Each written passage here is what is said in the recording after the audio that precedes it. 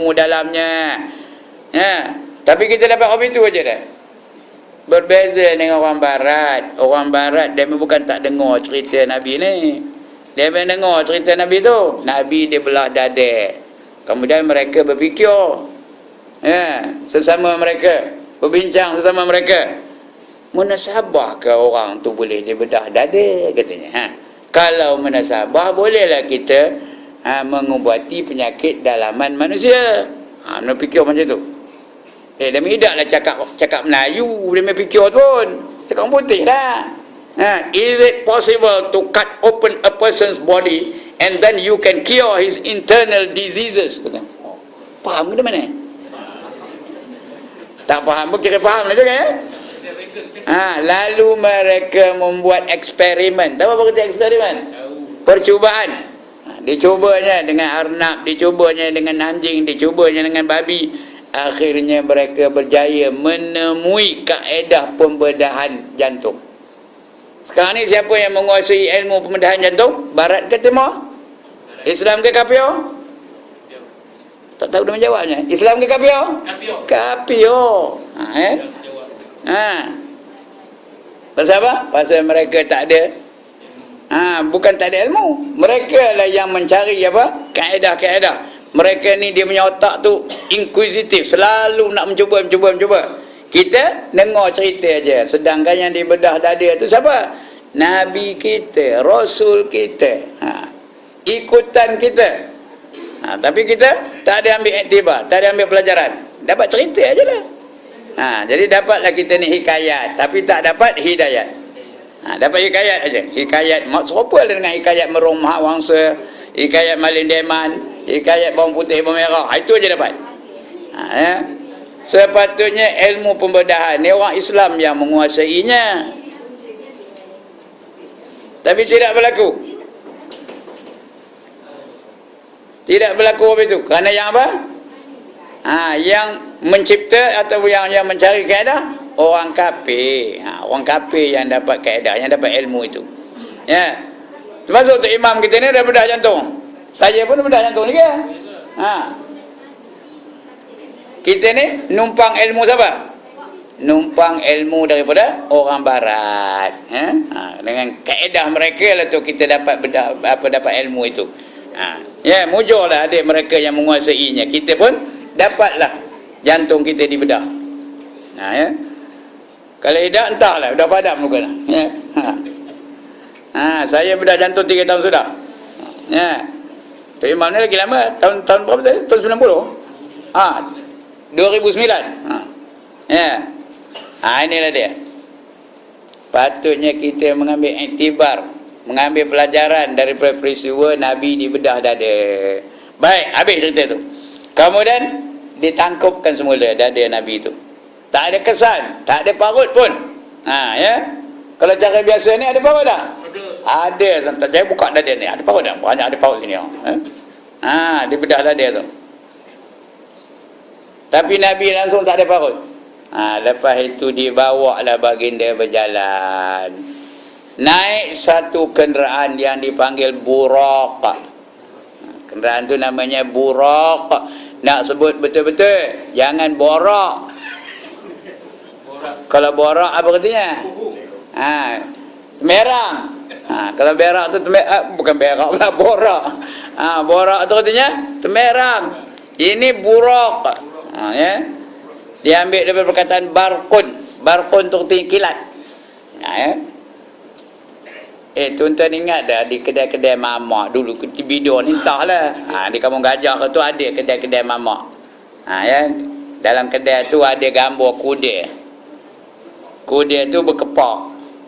Tu ada pula muka kuda tu apa muka orang. Atas kuda tu ada orang naik atasnya. Bila ditanya mamak, mamak ini gambar apa? Itulah Buraqnya naik, Nabi naik dari Mekah ke Baitul Maqdis. Itulah dia Buraq, kata mamak tu. Yang sebenarnya itu bukan Buraq, itu borak. Yang itu apa namanya? Borak, penipu tu. Jangan percaya. Buraq ni binatang syurga. Binatang syurga kita tak pernah tengok. Apa saja yang dari syurga tu mala ainur ra'at, sesuatu yang tak pernah dilihat oleh mata. wala uzunun sami'at, dan sesuatu yang tak pernah didengar oleh telinga, wala hatara ala qalbi bashar, dan sesuatu yang tak pernah terlintas di hati kita. Jadi binatang-binatang syurga tu jangan kita gambarkan macam mana. Macam ni, macam ni, macam ni. Tak betul semua tu. Itu borak namanya. Ya. Borak ni satu binatang yang kecil sikit daripada khimar, kecil sikit daripada kaldai, dan besar sikit daripada baral. Baral. Satu kaldai, satu baral. Dua-dua ni binatang bingung belaka. Ya. Nak dibanding dengan burak tu, burak ni binatang cerdik, bukannya binatang bingung. Dia mula-mula meronta-ronta, tak bagi orang naik. Ya, betul, kata dia Jibril, kamu tahu ke siapa yang nak naik kamu? Tak tahu katanya. Kata Nabi, kata dia Jibril, Nabi Muhammad sallallahu alaihi wasallam nak naik kamu tahu tak? Dengar itu baru dia diam. Baru dia tunduk aja dengan perintah Jibril. Itu dia burak ya. Istimewanya burak tu tahu, selangkah dia berjalan saujana mata memandang. Selangkah saujana mata memandang. Tahu apa arti saujana mata memandang? Setakat mana nampak, itu dia selangkah. Hak mana nampak? Selangkah nampak. Kejap ni dalam surau ni tak ada dapat tuan-tuan perempuan bayangkan. Kerana saujana mata memandang daripada tempat duduk tuan-tuan dan perempuan tu sampai ke dinding aja. Ini di padang pasir, hak mana nampak? Beribu-ribu kilometer. Ya. Hak mana nampak? Itu dia sampai. Laju ke perlahan? Laju berbenar. Agak-agak mana laju? Borak ke Mercedes? Borak ke BMW? Borak ke Ferrari? Mana laju? Borak ke McLaren? Borak ke Lamborghini? Tahu ke nama apa Lamborghini? Bukan Lamborghini.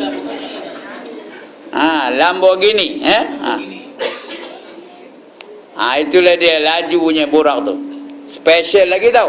Bila dia mendaki gunung, kaki yang di depan tu pendek, kaki yang di belakangnya panjang. Dua kaki depan pendek, dua kaki belakang panjang. Bila dia menurun gunung, kaki yang di depan tu panjang, kaki yang di belakang tu pendek. Ngapa agak? Ngapa agaknya? Supaya Nabi tu stable aja. Dia tak ada terhonggik. Tahu ke terhonggik? Ini dia. Maka berjalanlah Nabi dengan menaiki borak. Dipandu oleh Jibril. Jibril pada ketika itu jadi pemandu pelancongnya. Jalan ada jalan. Dalam perjalanan itulah diperlihatkan kepada Nabi berbagai-bagai pemandangan, berbagai-bagai perkara yang dilihatkan oleh Nabi. Semuanya pelik-pelik belaka. Sebab itu kedatangan Jibril tadi pun pelik ke tak? Ikut bumbung. Menggemparkan kedatangan Jibril tu, kerana lepas ini yang diperlihatkan kepada Nabi itu lagi menggemparkan. Dia makin lama makin menggemparkan, makin lama makin menggemparkan. Begitulah ya. Bawa dia jalan, diperlihatkan kepada Nabi berbagai-bagai pandangan. Ada pandangan yang baik, ada pandangan yang tak baik. Yang baiknya ada dua aja, iaitu kumpulan manusia yang menanam dan mengetam dalam masa yang sama.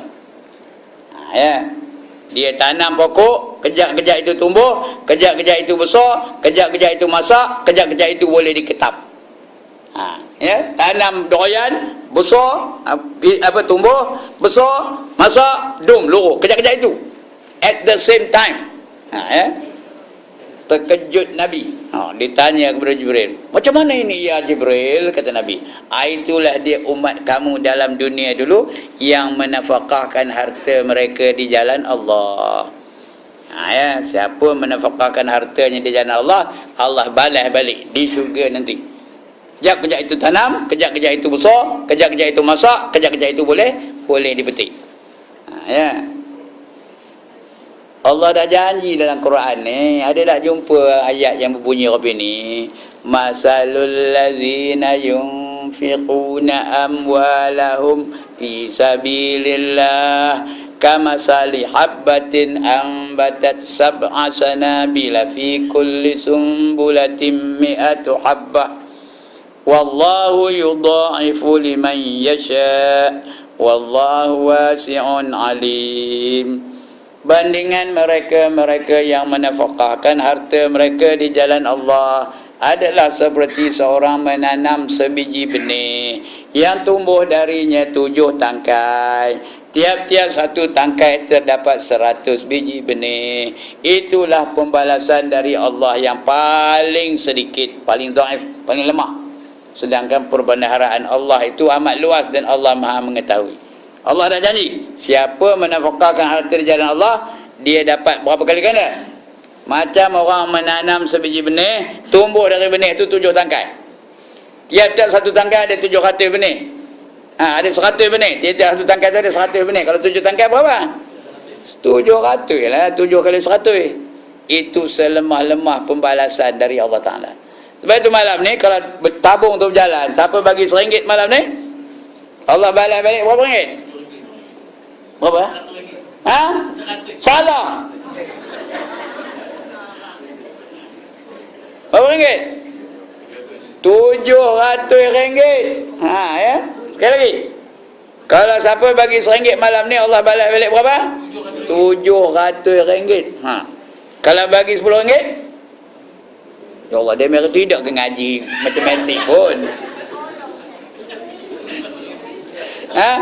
Berapa? RM7,000. Kalau dia bagi RM100, RM70,000. Ya. Kalau dia bagi RM1,000, RM700,000. Nampak? Begitulah pemurahnya Allah Ta'ala. Sebab itu dalam dunia ni kita jangan jadi orang yang kedekut. Jangan bakhil, jangan kedekut, jangan jadi tangkai jerin, jangan jadi tai hidung masin. Ini dia. Itu yang baiknya. Lagi satu yang baiknya ialah Nabi tercium bau yang sangat wangi. Itu dah nak sampai ke Baitul Maqdis tu, Nabi tercium bau yang sangat wangi. Nabi bertanya kepada Jibril, apa bau yang wangi sangat ni ya Jibril? Kata Jibril, itulah dia bau kubur Masyitah. Ada pula nama Masyitah. Masyitah tu siapa? Bukan menteri tu. Tu Masyitah binti Ibrahim, bukan? Masyitah tu kojenya, yang sebenarnya Masyitah tu gelaran aja. Gelaran bagi seorang perempuan yang kojenya jadi tukang sikat anak dara Firaun. Anak dara Firaun tu tukang sikatnya Masyitah lah dipanggil. Masyitah, reti Masyitah tu tukang sikat. Bukan nama dia. Jadi sedang dia menyikat rambut anak dara Firaun tu, entah macam mana terlepas sikatnya tu, terjatuh sikat tu, maka dia pun terlanjut. Tahu ke terlanjut? Tersebut. Terlanjut. Apa kata? Subhanallah, celaka Firaun katanya. Padahal Firaun sebelum itu dah mengaku dirinya sebagai Tuhan.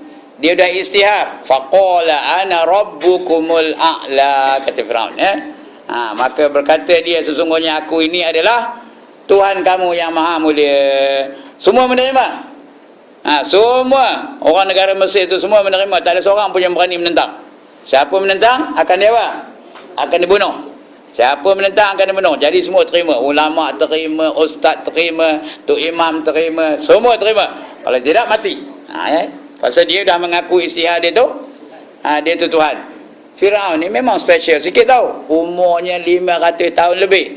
Selesema pun tak pernah. Punya lesehat. Terus akan nak gaut, terus akan nak darah tinggi, terus akan nak apa? Kencing manis, terus akan nak belah jantung. Selesema pun tak pernah. Makin lama makin sihat, makin lama makin sihat, makin lama makin sihat. Kerajaannya pula makin lama makin besar, makin lama makin besar, makin lama makin besar. Dia pula makin lama makin berkuasa, makin lama makin berkuasa. Rakyatnya pun makin lama makin menyanjung dia. Sudahnya dia kata, aku ni special benar, agaknya aku ni Tuhan agaknya. Yang sudah merasakan diri dia Tuhan. Lalu diisytiharkannya bahawa dia tu adalah Tuhan. Maka semua orang menerima bahawa dia itu Tuhan. Bila dia dengar dia anak Firaun, Masyitah berkata demikian, ya Maha Suci Allah, celakalah Firaun, katanya. Maka anak dara itu terkejutlah. Apa kata kamu wahai Masyitah? Masyitah pun ulang balik, Maha Suci Allah, adakah Tuhan lain dari bapa aku? Kata di anak dara itu. Adakah Tuhan lain dari bapa aku? Kata di Masyitah, ada, katanya. Dialah Allah, dia Tuhan aku, dia juga Tuhan kamu, dia juga Tuhan bapa kamu. Dengar itu, kata di anak dara itu, nanti aku repot pada bapa aku. Tahu kan? Dia pun pergilah jumpa dengan Firaun, ya. Dia lawan Firaun tu, daddy, tahu ke daddy? Tahu. Tadi ada tukang sikat kita tadi, dia mengatakan ada Tuhan lain daripada daddy, katanya. Siapa? Kata Masyitah, kata, panggil dia sini, kata. Itu episod antara Masyitah dengan Firaun. Firaun pun tanya, wahai Masyitah, ya ke kamu kata ada Tuhan lain daripada aku? Ya, kata. Rupanya Masyitah tu orang kampung gajah tu. Entah jaga tu. Ada, katanya. Dialah Allah. Allah tu adalah Tuhan aku, Allah tu juga Tuhan kamu, Allah tu juga Tuhan anak kamu, Tuhan Allah tu juga Tuhan segala makhluk yang ada di atas muka bumi ini. Semua bertuhankan Allah, katanya. Kata dia, Firaun, aku bagi kamu masa 24 jam untuk menarik balik cakap-cakap kamu tu. Esok aku akan panggil kamu balik. Kalau kamu tak mau mengaku aku sebagai Tuhan, kamu akan diseksa. Kamu akan didenda. Ya. Esoknya panggil lagi Masyitah, pendek cerita. Apa kamu mengaku aku ni Tuhan? Tak, aku tak mengaku kamu Tuhan. Tuhan tu dah ada Allah, kata. Ya. Kalau begitu kamu bersedialah nak menerima hukuman dari aku. Tahu apa hukumannya? Campakkan ke dalam kawah. Tahu kawah besar. Besar surau ni. Agaknya saya tidak boleh tengok. Ya, besar surau ni kawahnya. Dalam kawah tu ada minyak. Ada setengah mengatakan ada minyak, ada setengah mengatakan ada air. Ya, ada setengah kata minyak yang menggelegak, ada setengah mengatakan air yang menggelegak. Yang mana tu? Mana dah? Kalau minyak yang menggelegak kena goreng. Kalau air yang menggelegak kena rebus. Mana dah? Nak kena goreng ke nak kena rebus? Pilihlah antara dua, tengok, ya. Jadi Masyitah tak dengan aku. Dia mengaku Allah Tuhan aku, kata. Lalu dia ambil di Firaun tu suami Masyitah tu dulu. Ditangkapnya suami itu, diheretnya, dicampak ke dalam kawah tu. Matilah suaminya. Masyitah tak ada menangis pun. Tak ada dia apa rasa-rasa apa pun. Dia tetap menghadapi ujian yang seperti itu dengan tabah, dengan berani. Ya. Lepas tu dia ambil anaknya pula, yang tua tu. Dicampak ke dalam kawah juga. Masyitah ni buat tak kerti je. Ya. Dia ambil lagi seorang, seorang lagi, tak tahu berapa orang, ya. Sehingga sampai gilio anak yang dalam dukungannya tu. Anak yang paling kecil yang dalam dukungan Masyitah. Ketika itu baru Masyitah berbelah-belah bagi. Nak mengaku ke nak tidak, nak mengaku ke nak tidak, nak mengaku ke nak tidak. Kenapa? Dia sayang benar anak tu baru lahir. Dia tahu anak tu kalau anak tentu akan mati, kata. Ketengah dia mengelabah tu lah, anak itu bercakap pada dia, baru lahir bayi, tahu bayi? Bukan pak bayi. Baru lahir. Dia bercakap, ibu jangan kamu takut, kata dia. Allah bersama dengan kita. Innallaha ma'ana. Allah bersama dengan kita, kata. Dengar anak kecil boleh bercakap, Masyitah tu terus terjun sendiri. Ya. Dengan anak-anak tu, dengan bawa anak tu terjun sendiri, didukung anak tu terus terjun. Maka matilah Masyitah mempertahankan agamanya, mempertahankan Tuhannya. Padahal kalau dia nak nipu boleh tak? Dalam Islam boleh tau. Boleh nipu tu. Boleh mengaku Firaun tu Tuhan buat sementara untuk menyelamatkan nyawa. Boleh dalam Islam, tak apa. Tetapi Masyitah tidak memilih demikian. Oleh kerana itu kuburnya sangat wangi baunya, harum semerbak. Itu cerita. Itu dua yang baik. Ya, yang tak baiknya banyaklah. Yang pertama dijumpa di Nabi atau ditunjukkan kepada Nabi, Allah datang kepada Nabi, iaitu apa? seorang perempuan yang sangat tua. Perempuan tu tua benar, ya. Sampai mukanya menjejak dekat-dekat nak sampai ke bumi, punya bongkoknya, punya apa ni, tuanya. Ya. Dia panggil Muhammad, dia panggil Nabi Muhammad.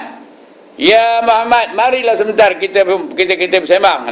Kita bercerita. Aku banyak nak cerita dengan kamu ni ya Muhammad, kata. Kata Jibril, jangan pedulikan orang tua itu ya Rasulullah. Jibril panggil Rasulullah. Tapi orang tua itu panggil Muhammad, kerana orang tua itu bukan orang beriman. Ya, jadi mereka panggil Muhammad. Ya Rasulullah, jangan pedulikan orang tua itu. Berjalan terus, kata. Maka berjalanlah Nabi. Tak dipedulikannya orang tua itu. Udah jauh, ditanyanya kepada Jibril, siapa orang tua itu ya Jibril? Kata Nabi Muhammad. Jawab Jibril, itulah dia dunia yang umurnya sudah terlalu lanjut, terlalu tua, dah dekat nak padam, katanya. Ya.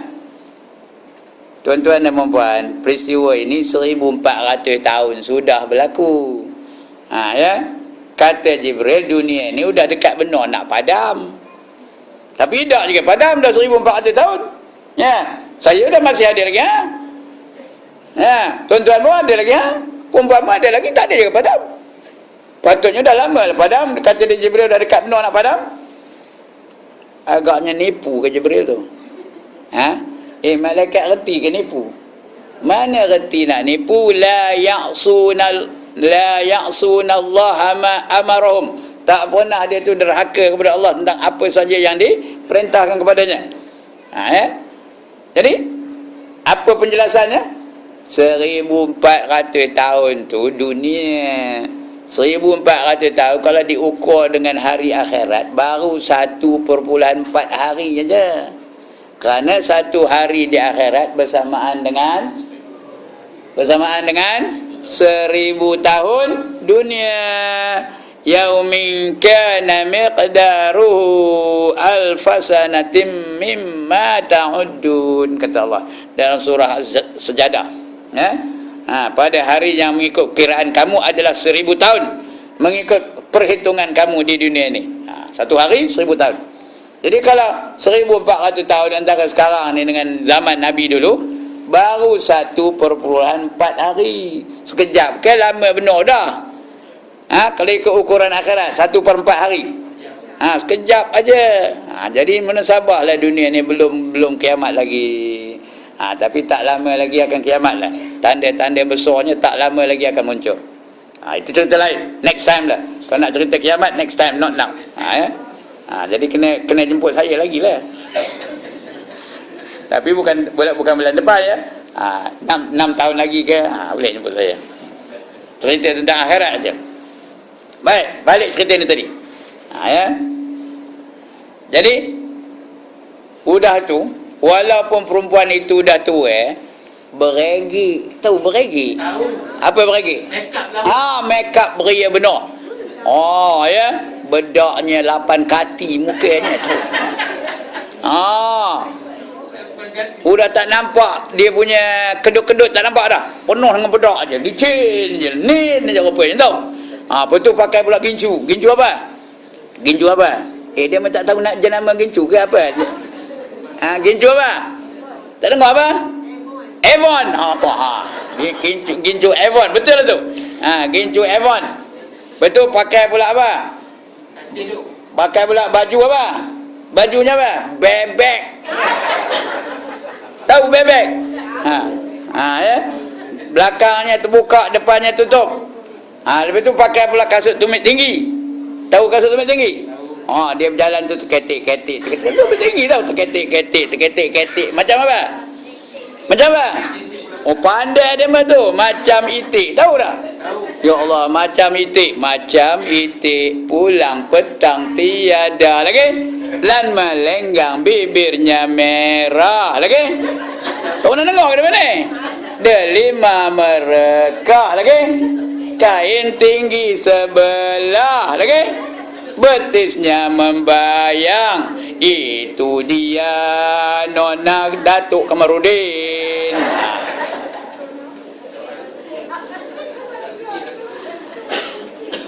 Sebab itu tuan-tuan dan puan-puan, siapa ngejual dunia, dia pasti akan tertipu.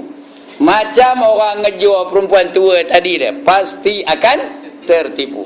Kerana kerja dunia ni memang menipu daya. Wa mal hayatud dunya illa mata'ul ghurur, kata Allah dalam Quran. Dan tidak ada kehidupan dalam dunia ni melainkan mata benda yang menipu daya. Itu aja kerja dunia, menipu daya je. Ya, siapa mengejar dunia dia pasti akan tertipu. Kejar dunia sampai tak semayang, kejar dunia sampai rasuah, kejar dunia sampai berlaku zalim, kejar dunia sampai mengkhianati sahabat, kejar dunia sampai melakukan maksiat, kejar dunia sampai tergadai maruah. Akhirnya dapatlah dunia, kaya raya lah dia. Ketika itu umurnya udah 73 tahun. Tahu ke siapa orang umur 73 tahun? Ya Allah, tak nampak dia depan dia, tak nampak dia. Umur dah berapa tahun? 73 tahun. Duit berkesoi-kesoi. Banyak duit tu. Banyak duit ni. Berkesoi-kesoi. Tapi dia tak merasa dunia. Dunia itu menipu daya dia. Apa saja dunia dia tak merasa. Pergi kedai kopi, pergi khabar mamak. Mamak, kopi satu, jangan taruh gula. Kata. Apa rasa kopi tak bergula? Ya. Haji mau makan apa? Kata mamak tu. Mamak bidon tu kan? Ada ke mamak bidon ni? Ada ya? Haji mau makan apa? Kata. Mau makan roti canai. Baru masak juga roti canai. Saya mana boleh makan roti canai? Apa Zah? Pasal minyak banyak, ada kolesterol. Saya ada sakit apa? Sakit jantung, baru belah jantung juga. Kata. Iya kan ni? Oh, tahu satu kan ya. Tidak apa? Ini sedap Haji, lauk pun sedap ni roti canai tahu. Walaupun banyak kolesterol tapi lauk sedap. Kambing ada, ayam ada, lembu ada, kerbau ada. Apa jawab saya? Saya mana boleh makan kambing. Pasal apa tak boleh makan kambing? Darah tinggi. Nanti saya darah tinggi, mamak boleh mau jamin ke? Susah. Jangan makan kambing. Tidak apa? Ini ada. Sotong ada, ketam ada, kerang ada, lala ada. Apa jawab? Tak boleh, saya gaul. Apa kata mamak tu? Haji mau makan apa? Kasihlah itu roti bengali, saya colik sama kopi pahit, cukuplah. Tertipu ke dah? One more time, tertipu ke dah? Tertipulah dunia ni. Walaupun dia kaya raya, tapi tak dapat menikmati dunia yang sepatutnya dia menikmatinya. Inilah dia ya. Ramai ada orang tertipu hari ni, yang amat ramai ya. Macamlah perempuan tua tadi. Menipu daya je dia. Kita ingat dia anak dara. Ya. Dia pun tackle. Tahu ke tackle? Apa tackle? Dia pun ngorat. Ngorat-ngorat ndaklah dia. Kahwin lah. Udah kahwin on his first wedding night. Faham ke tak? Ini nak cakap orang putih, tak nak cakap Melayu. On his first wedding night, the husband was looking forward towards meeting his wife. And the wife soon after came into the room. And she locked the door from inside. Faham idak-idak lah. She locked the door from inside. And then she put her fingers on her hair and took out the hair and put the hair on the table. Faham betul ke macam ni? Apa katanya? Dia letak tangannya atas kepala, dia keluarkannya rambutnya tu, dia letaknya rambut di atas meja. Rupanya rambut tu rambut apa? Rambut palsu. Atas kepalanya ada 2 helai je.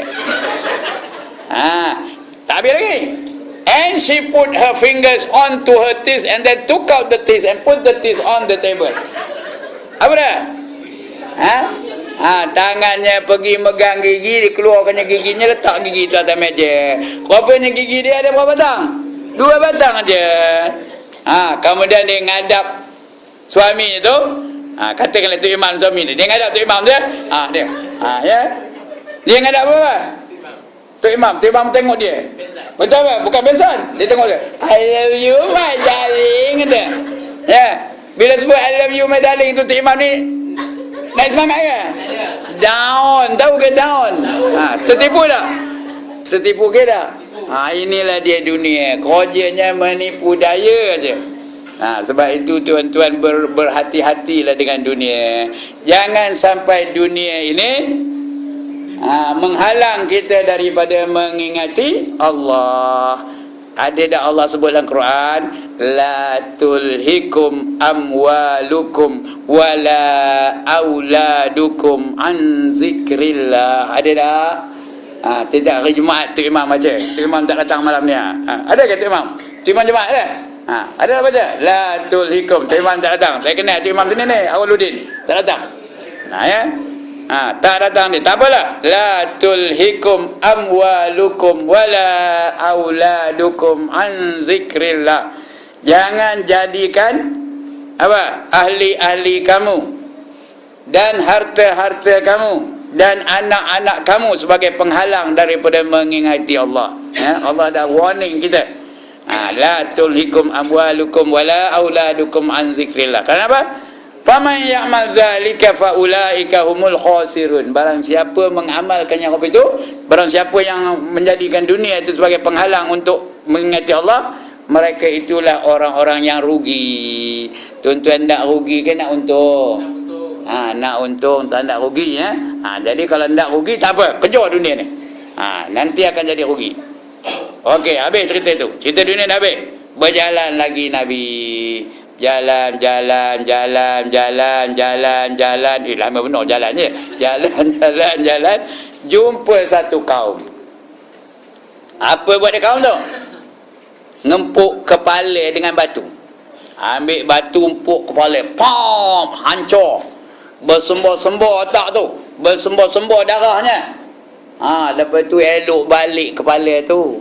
Lepas tu ambil balik batu, tempuk lagi, pam, hancur, elok balik, pam, hancur, elok balik. Begitulah.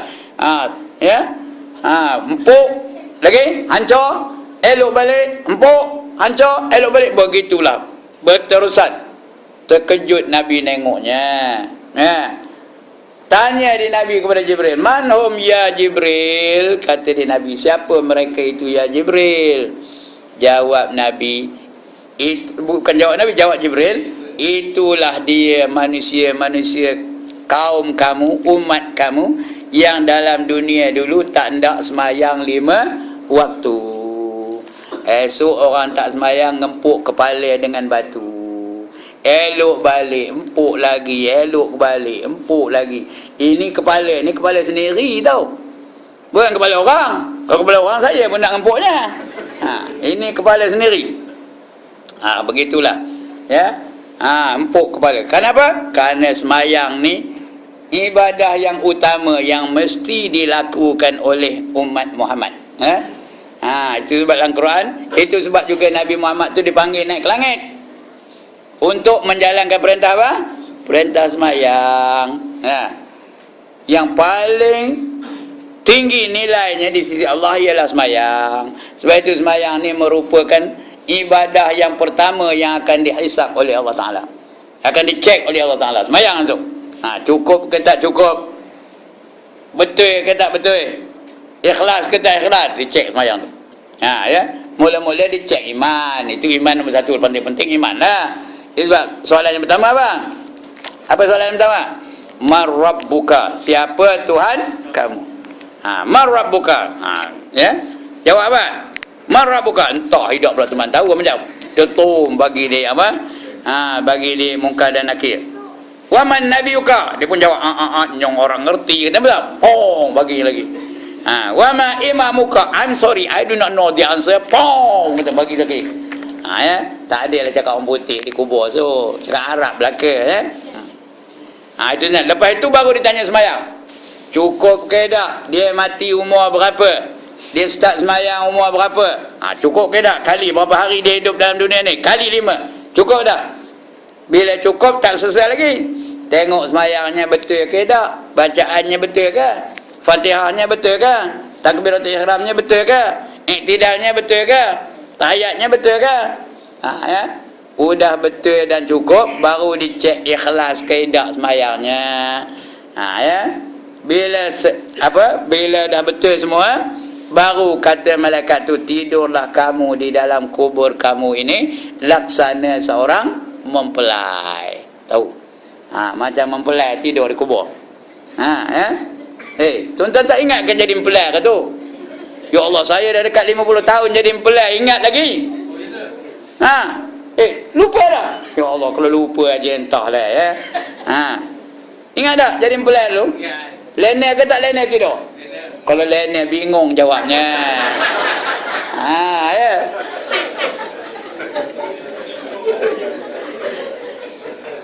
Iya ke lena tidur? On your first wedding night, lena ke tak? Tu sabuai lah ya. Jamaah je tu. Ya. Bingung benar lah kalau lena. Problem tu. Ya, itu ada problem lah tu. Kalau ada problem tak lena lagi, tak lena. Kalau tak ada problem pun tak lena, kalau ada problem lagi tak lena. Itu dia. Begitulah. Kalau dia boleh jawab semuanya. Ya. Kemudian sebab itu tuan-tuan dan puan-puan, banyak hadis-hadis dan keterangan-keterangan yang mengaitkan orang yang tak sembahyang ni dengan kekufuran. Ya. Banyak benar hadis yang menerangkan bahawa orang yang tak sembahyang tu nanti akan jadi kufur. Man taraka salata muta'ammidan faqad kafara jihara. Siapa meninggalkan sembahyang dengan sengaja maka nyatalah kafirnya. Man taraka salata fala dinalah. Siapa meninggalkan sembahyang tiada agama baginya. Tak ada agama. Apa tak ada agama apa? Kafirlah. La imana liman salatalah. Tidak ada iman bagi mereka yang tiada sembahyang baginya. As-salatu imaduddin. Sembahyang itu tiang agama. Faman aqamaha faqad aqamaddin. Wa man tarakaha faqad hadamaddin. Sembahyang itu tiang agama. Siapa mendirikannya maka dia telah mendirikan agama. Dan siapa meninggalkannya maka dia telah meruntuhkan agama. Kita ingat yang meruntuhkan agama itu George Bush. Kita ingat Ariel Sharon. Kita ingat Benjamin Netanyahu. Ya. Nabi tak sebut pun George Bush. Nabi tak sebut pun Netanyahu. Nabi tak sebut pun Ariel Sharon. Kata Nabi, yang meruntuhkan agama siapa? Orang yang tak semayang, peruntuh agama, musuh Allah, musuh Islam, kerana dia tak semayang. Ya, siapa mereka itu yang jadi musuh Allah, musuh Islam tu? Kadang-kadang anak-anak kita tak semayang, musuh Allah itu. Ya. Kadang-kadang anak saudara kita musuh Allah tu. Kadang-kadang anak buah kita. Kadang-kadang cucu-cucu kita. Kadang-kadang suami kita musuh Allah lah tu. Tidur sebantai dengan suami kita tu. Rupanya kita tidur dengan musuh Allah. Kadang-kadang isteri kita. Ya. Siapa kawan kita tidur? Isteri kita tu, rupanya kita tidur dengan musuh Allah. Sebab itu penting sangat semayang ni. Itu sebab dia jadi tiang agama. Sedangkan semayang tu bukan teruk benar. Teruk benar ke semayang? Ada setengah jam semayang. Berapa lama semayang? Habis tinggi 5 minit aja. Itu pun kalau di surau ni, kalau dengan tu imam. Kalau seorang di rumah 2 minit selesai. Allah Akbar. Allah. Assalamualaikum. Ya ke tak? Ya ke tak? Usah buat lah. Saya dah kutai hidup ni. Ini dah. Sebab itu kita kena utamakan semayang. Bukan habis itu tu. Bukan setakat ngempuk kepala dengan batu aja. Orang yang meninggalkan semayang nanti akan dibangkitkan oleh Allah rupanya rupa babi hitam. Siapa hendak bangkit rupa babi hitam, angkat tangan. Saya nak tengok benda, nak angkat gambar. Ini ada kamera ni tau. Siapa hendak bangkit rupa babi hitam? Udah bangkit rupa babi hitam tu pula, diikat kaki tangannya dengan rantai neraka. Bangkit dari kubur tu, diikat kaki tangan tu dengan rantai neraka. Lepas tu dimasukkan rantai tu ke dalam mulutnya, dikeluarkan ikut ponggongnya, diikat semula, diheret daripada kubur sampai ke padang mahsyar. Siapa nak? Lepas itu dimasukkan dalam neraka yang bernama Saqar. Neraka namanya Saqar, sin qaf ra, Saqar. Sampai ditanya Allah, ma salakakum fi Saqar? Allah tanya penghuni neraka Saqar tu, apa yang menyebabkan kamu masuk dalam neraka Saqar ni? Mereka dalam tu menjawab, qalu lam naku minal musallin. Berkata mereka, kami ni terdiri daripada orang-orang yang tak sembahyang. Orang tak sembahyang tu akan dimasukkan neraka Saqar. Ya. Siapa nak? Atas? Kalau tak nak? Kalau tak nak? Jangan sekali-kali tinggal sembahyang. Orang tinggal sembahyang satu waktu, tinggal sembahyang, masuk neraka 60 tahun. Satu waktu aja. Siapa tak sembahyang subuh pagi tadi, kalau tak diampunkan Allah dosanya, kalau dia tak taubat, Allah tak ampunkan dosanya, nanti dia masuk neraka berapa tahun? 60 tahun. 60 tahun tu dunia ke akhirat?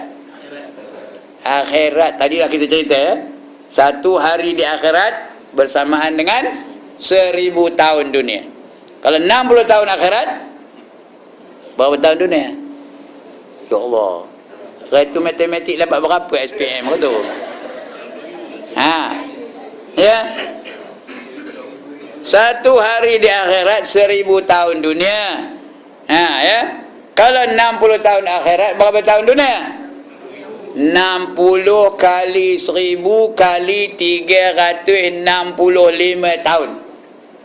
Berapa tahun? Ya Allah, tak tahu dah mengiranya. Tak ada ke graduate sini? Banyak. Guru besar ada? Ada. Cashier ada? Ada belakang? Ada tak tahu juga jawabnya macam mana? Tak apalah, biar saya jawab. Jawabnya 21,900,000 tahun. Itu kalau satu waktu tinggal tu. 21,900,000 tahun. Ya. Siapa lalu Nahor yang katakan? Ya. Berapa lama?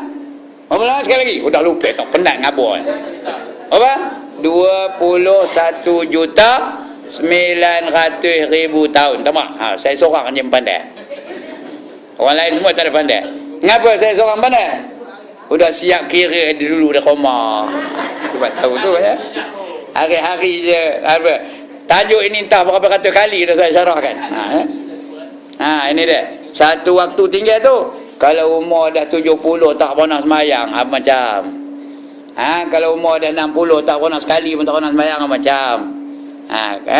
Kalau dah tua ganyut sekali pun tak pernah sembahyang, macam. Ada tak orang tak pernah sembahyang umur dah 80? Ada ke tak ada? Apa macam? Ini dia ya. Ini dia sembahyang. Penting sangat sembahyang ni. Padahal sembahyang tu bukannya lama benar. 2 minit 3 minit selesai lah. Lagi pun apa? Sembahyang tu. Murah ke mahal harga sembahyang? Nak sembahyang kena keluar duit banyak ke? Berapa duit? Modal sembahyang. Kain plekat berapa duit? Kain plekat berapa duit? RM10 aja. Siapa tak dapat RM10 datang ke kampung, biar saya carikan. Baju Melayu berapa duit?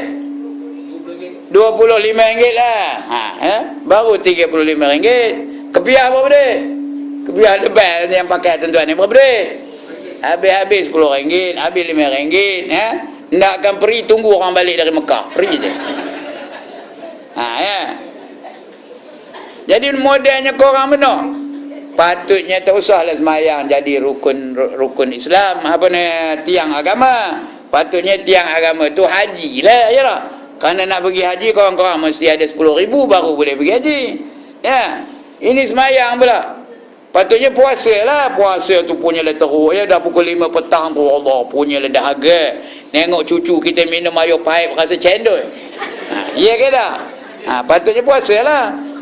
Ini semayang pula. Semayang bukan teruk benar. Tapi apa kata Allah? Innaha lakabiratun illa alal khashiyin. Sesungguhnya semayang itu sangatlah besar di sisi Allah. Kecuali mereka-mereka yang sudah khusyuk, baru senang jadi semayang. Kalau dah teruk, ya, berat, besar, payah. Ini semayang, ya. Kemudian berjalan lagi Nabi. Jalan. Lama benar pula jalan je. Jalan lagi. Jalan. Sampailah dia ke Masjidil Aqsa. Masjid Aqsa di mana? Di mana? di Palestin ya. Dia daripada Masjidil Haram di Mekah pergi ke Masjidil Aqsa. Ini Allah rakam ke dalam Quran ni. Jangan ragu-ragu, ye ke tak. Ini Allah sebut dalam Quran. Allah sebut subhanallazi asra bi 'abdihi laila minal masjidil haram ilal masjidil aqsa allazi barakna haula linuriyahu min ayatina innahu huwas samiul basir, kata Allah dalam Quran ya. Dalam surah Isra ayat yang pertama aja. Subhanallazi, maha suci dia itu siapa? Allah ya. Subhanallazi asra bi 'abdihi, menjalankan hambanya pada waktu malam, laila, pada waktu malam, minal masjidil haram,